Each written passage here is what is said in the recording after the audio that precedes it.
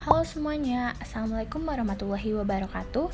Saya Diva Justisia Nursyifa dengan NIM 221000185.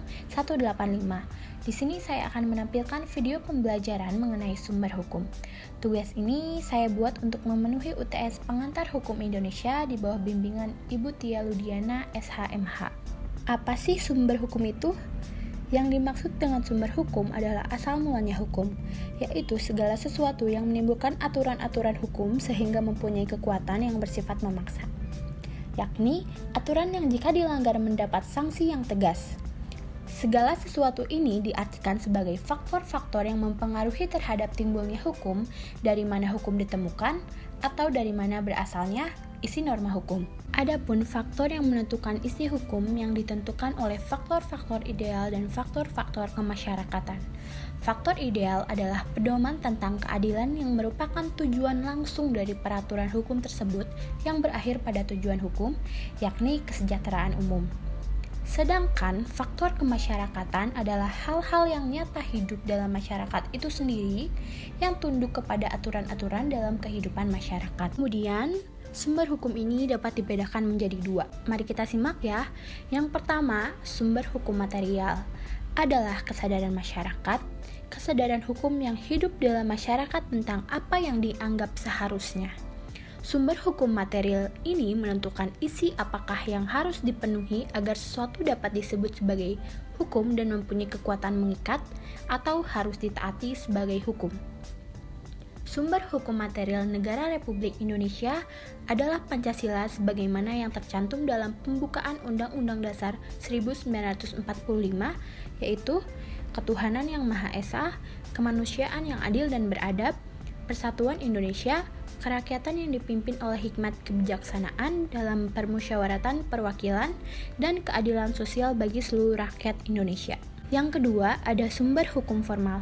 Sumber hukum formal adalah tempat di mana kita dapat menemukan hukum. Yang termasuk sumber hukum formal adalah yang pertama ada undang-undang, yaitu ketentuan yang diatur secara tertulis yang dibuat oleh pihak yang berwenang yang harus dipatuhi oleh setiap warga negara Republik Indonesia.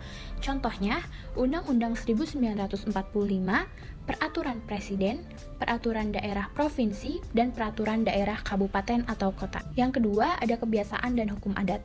Dimaksud dengan kebiasaan adalah perbuatan atau tindakan yang dilakukan secara berulang-ulang karena diyakini sebagai sesuatu yang demikianlah harus dilakukan. Sedangkan hukum adat adalah kebiasaan yang mempunyai akibat hukum yang diikuti oleh masyarakat karena menganggap bahwa itulah hukumnya. Yang ketiga, ada jurisprudensi. Jurisprudensi adalah hukum yang terbentuk karena putusan hakim yang diikuti secara berulang-ulang dalam kasus yang sama.